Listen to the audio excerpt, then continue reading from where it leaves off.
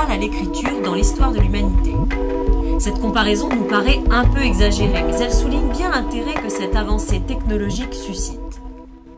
Numériser, c'est traduire une information dans un code accessible à l'ordinateur. Or, celui-ci, que beaucoup imaginent capable d'intelligence, ne comprend que le oui ou le non, mais il le comprend et l'enregistre vite, très vite. Et c'est là sa force. Par exemple, savez-vous qu'un ordinateur est incapable de multiplier ou de diviser au sens où nous l'entendons ? Il remplace la multiplication par une très longue addition et vous affiche le résultat avant même que vous n'écriviez le premier chiffre de votre opération. De même pour la division, qui n'est pour lui qu'une longue soustraction très vite exécutée. Les informations que nous enverrons au microprocesseur de l'ordinateur devront donc être simples pour être à sa portée.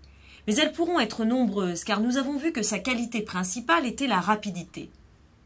En électricité, l'appareil le plus simple est l'interrupteur. Voici un interrupteur qui commande une ampoule électrique.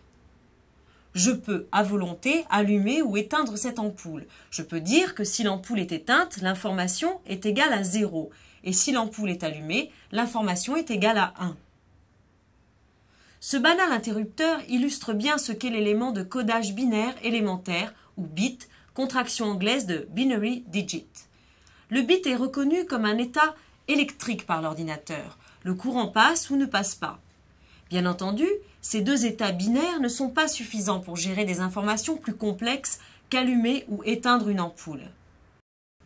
À l'ère primaire de l'informatique, les ingénieurs ont eu besoin d'élargir les possibilités du codage binaire pour disposer au moins de quoi gérer un clavier d'ordinateur, et celui-ci nécessite un potentiel d'au moins 256 informations.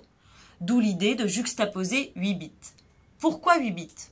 Eh bien parce que 2 puissance 8 égale 256, tout simplement. Ce groupe de 8 bits, appelé octet ou byte, nous permet de coder, par exemple 256 niveaux de couleur ou de luminosité. Si nous raisonnons en niveau de gris, 256 niveaux forment un dégradé qui permet de passer du noir au blanc sans que l'œil discerne une différence de valeur d'une plage à une autre. 0 pour le blanc, 1, 1, 0, 0, 1, 0 pour la 50e valeur de gris, 1, 0, 1, 1, 0, 1, 0 pour la 90e valeur de gris, 1, 0, 1, 0, 1, 0, 1, 0 pour la 170e, etc. Certains formats vidéo broadcast de très haute gamme comme le Digital Betacam codent même leurs pixels sur 10 bits, ce qui donne 2 puissance 10, soit théoriquement 1024 niveaux au lieu de 256. Nous avons vu que le capteur tri-CCD sépare l'image filmée en 3 images monochromes. Si chacune de celles-ci est traitée sur 8 bits, nous aurons 8 bits pour le rouge, 8 bits pour le vert et 8 bits pour le bleu, soit 24 bits pour l'image entière, ou plus précisément 2 puissance 24, soit 16 777 216 informations couleurs, ce qui est largement suffisant pour bien décrire n'importe quelle image. Nous ne sommes pas tenus de nous contenter de 24 bits. Vous verrez quand nous survolerons les logiciels d'effets spéciaux qu'il est fréquent de coder sur 32 bits. Non pas pour obtenir plus de couleurs, ce serait inutile, mais pour gérer des transparences par exemple. La seule limite sera la puissance de l'ordinateur et ses capacités de stockage.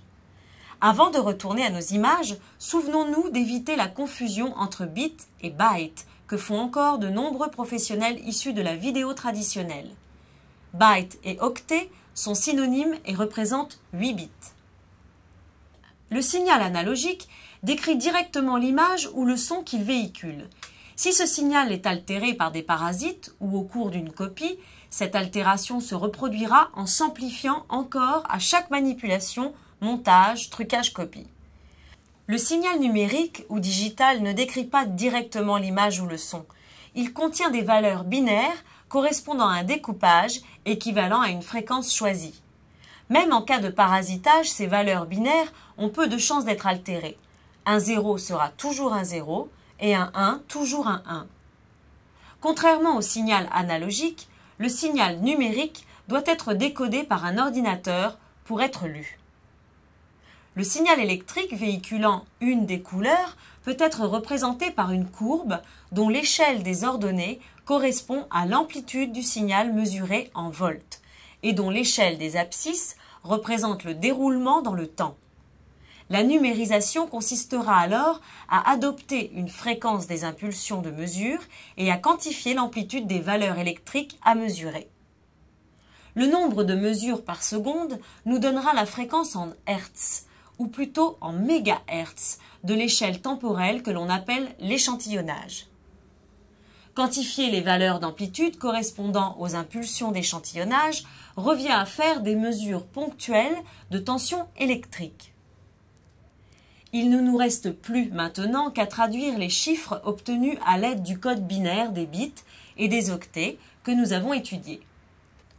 Plus nous disposerons de bits pour coder l'amplitude du signal, plus la fréquence de l'échantillonnage sera élevée et plus la numérisation sera fidèle.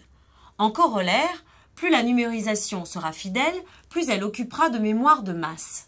Les 5 phases de la numérisation sont donc la réception du signal analogique, l'échantillonnage, la quantification, l'encodage, l'émission du signal numérique.